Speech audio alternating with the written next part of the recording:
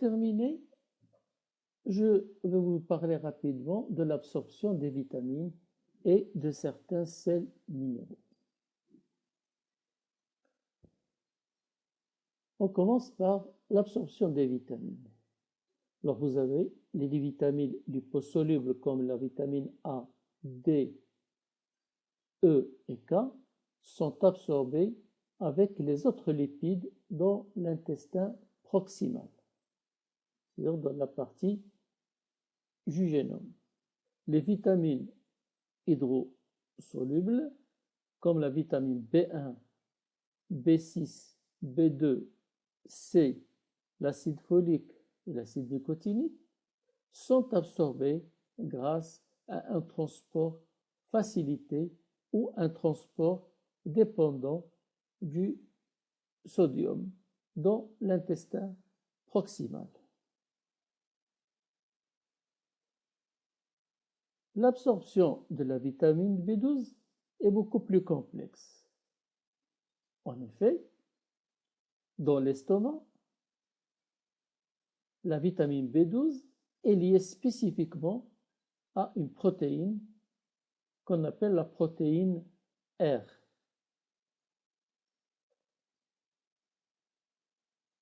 Les cellules pariétales gastriques sécrètent une autre protéine de liaison qu'on avait appelée le facteur intrinsèque.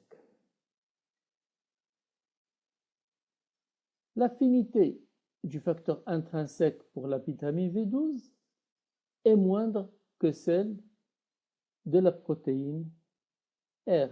Dans l'intestin, les protéases pancréatiques clivent la liaison de la vitamine B12 avec la protéine R et lui permettent de se lier au facteur intrinsèque.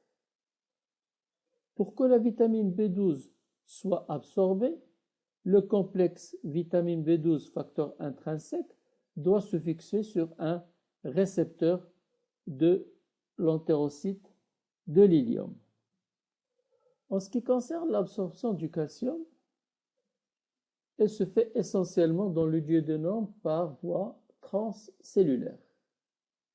La traversée de la bordure en brosse se fait par transport facilité selon un gradient de concentration dépendant de la concentration cytosolique en protéines de liaison du calcium à l'intérieur de l'entérocyte et aussi à l'extrusion active du calcium au pôle basal de l'entérocyte par une pompe calcium ATPase dépendante et un échangeur sodium-calcium.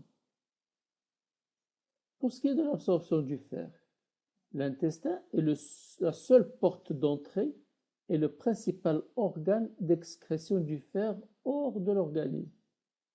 L'organisme humain contient environ 4 à 5 grammes de fer, dont plus de la moitié dans l'hémoglobine. Les besoins quotidiens en fer sont environ 1 mg par jour. L'absorption du fer alimentaire n'étant que de 3 à 15% de l'apport journalier nécessaire, qui doit être 10 à 15 mg pour l'homme et de 18 mg pour la femme. Dans l'alimentation, le fer se trouve sous forme de fer ferrique, c'est-à-dire F3+, qui est peu soluble et donc non absorbé, et aussi de fer ferreux, Fe2+, plus soluble et donc mieux absorbé, et enfin de fer lié à l'hème de l'hémoglobine et à la myoglobine, dont l'absorption est beaucoup plus efficace. La viande et le poisson sont donc les meilleures sources de fer. Et la biodisponibilité de fer et son absorption sont augmentées par l'acidité, la présence de vitamine C qui réduit le fer 3+, en fer 2+. Il est aussi facilité par la présence d'acides aminés et de petits acides organiques. L'absorption du fer se fait surtout au niveau du duodénum par deux mécanismes différents selon qu'il soit libre ou lié à l'M. L'absorption de fer se fait surtout au niveau du duodénum par deux mécanismes différents selon qu'il soit ou non lié à l'M.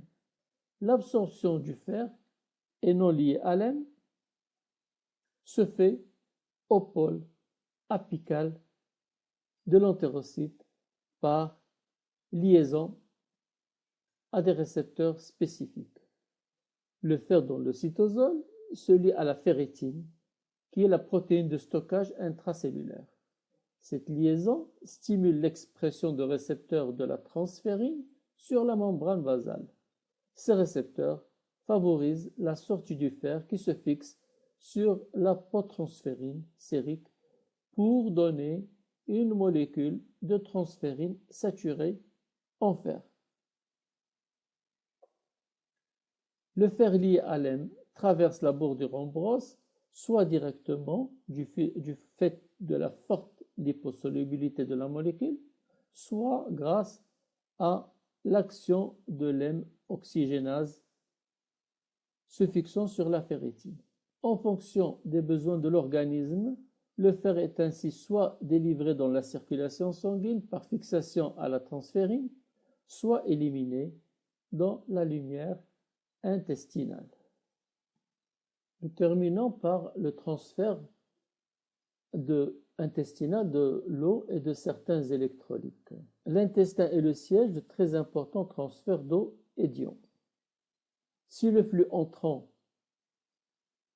c'est-à-dire de la lumière intestinale vers la cellule, et le flux sortant, c'est-à-dire du milieu intérieur vers la lumière intestinale, est important, le flux net est habituellement faible. L'absorption et la sécrétion intestinale servent à maintenir stable la composition des liquides du milieu intérieur.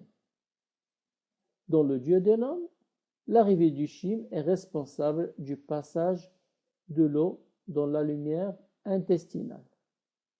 Dans le jejunum et l'iléon, la réabsorption active du sodium et du nutriments crée un gradient osmotique favorable à la réabsorption de l'eau.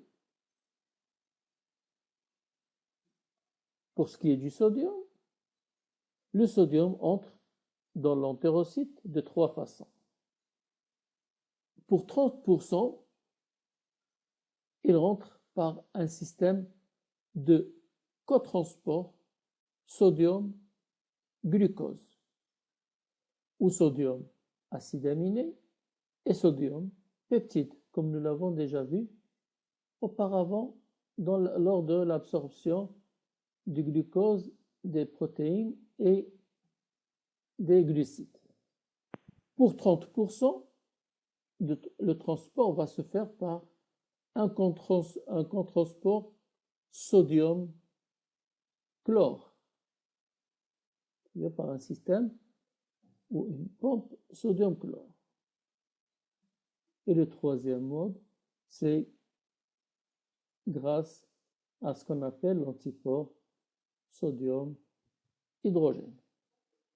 Le chlore suit globalement les mouvements du sodium.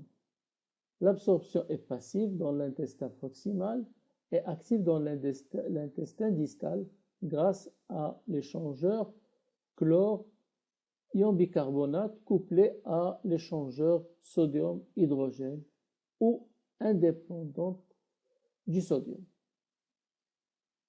Le chlore peut être sécrété activement dans la lumière intestinale par un canal spécifique du chlore localisé dans la membrane apicale, comme nous l'avons vu auparavant lorsqu'on a parlé de la sécrétion d'HCl.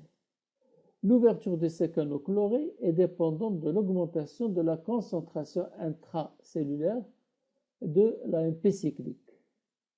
Elle est même déterminée par l'activation des protéines G membranaires. En ce qui concerne l'absorption du potassium, elle est essentiellement passive dans l'intestin grêle, dans le côlon et le rectum. Il existe une pompe potassium hydrogénatépase qui va absorber le potassium de façon active. Et il existe également une sécrétion active de potassium au niveau du côlon. Pour ce qui est des bicarbonates, l'absorption des bicarbonates est basée sur l'économie des échanges bicarbonatés et favorise donc le recyclage des bicarbonates sécrétés dans la bile et du suc pancréatique. Dans l'intestin proximal, les ions bicarbonates se neutralisent avec les ions H+ gastriques, produisant du CO2 qui diffuse très facilement dans l'épithélium intestinal.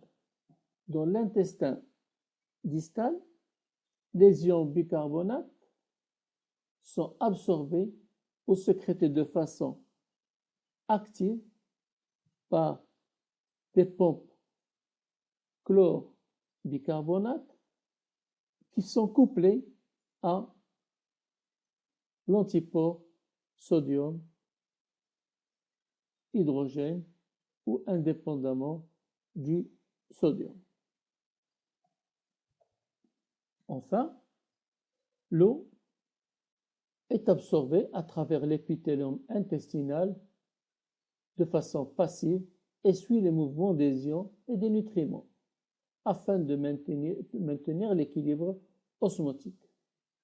L'intestin absorbe donc aux alentours de 9 litres par jour et la réabsorption par le côlon est de 0,9 litres par jour pour maintenir un débit fécal de 100 ml.